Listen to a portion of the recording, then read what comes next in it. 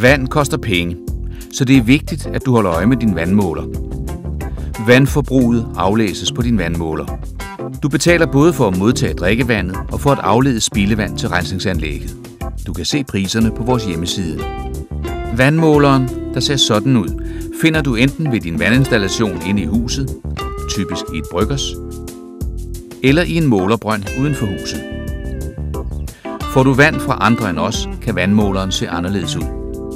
Her ser du en typisk måler. Der findes flere modeller, men de viser det samme.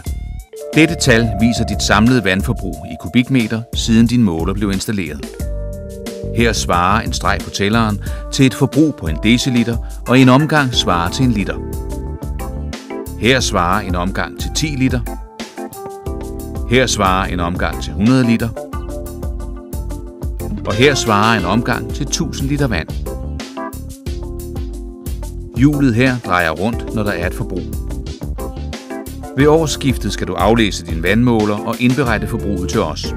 Alle kunder, der er tilmeldt e-boks, modtager besked om aflæsning heri. Kunder, der ikke er tilmeldt e-boks, modtager aflæsningskort på anden vis.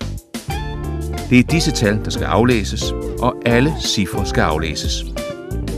Det er en god idé også at aflæse din vandmåler jævnligt. Herved opdager du hurtigt uregelmæssigheder i dit forbrug. Du kan downloade et målerkort fra vores hjemmeside. Bruger du ikke vand i huset, bør du ikke have noget vandforbrug. Hvis indikatorhjulet alligevel drejer rundt, er der noget, der tyder på, at du har et forbrug. Det kan være en vandhane, der drypper, et WC, der løber, eller en skjult rørskade. Vidste du, at en gennemsnitlig person bruger ca. 110 liter vand i døgnet? Det svarer til 40.000 liter vand på et år.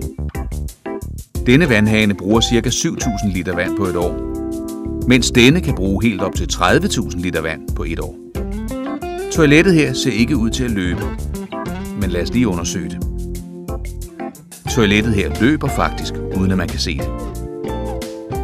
Sådan et toilet kan bruge op til 100.000 liter vand på et år, altså mere end en husstand på 2 personer bruger på et år. Toilettet her løber meget og kan bruge op til 400.000 liter vand på et år, altså lige så meget som 10 personer. Vi ejer vandmåleren. Resten af installationen tilhører dig. Har du utætheder, skal du kontakte en autoriseret VVS-installatør. Husk, der er penge at spare.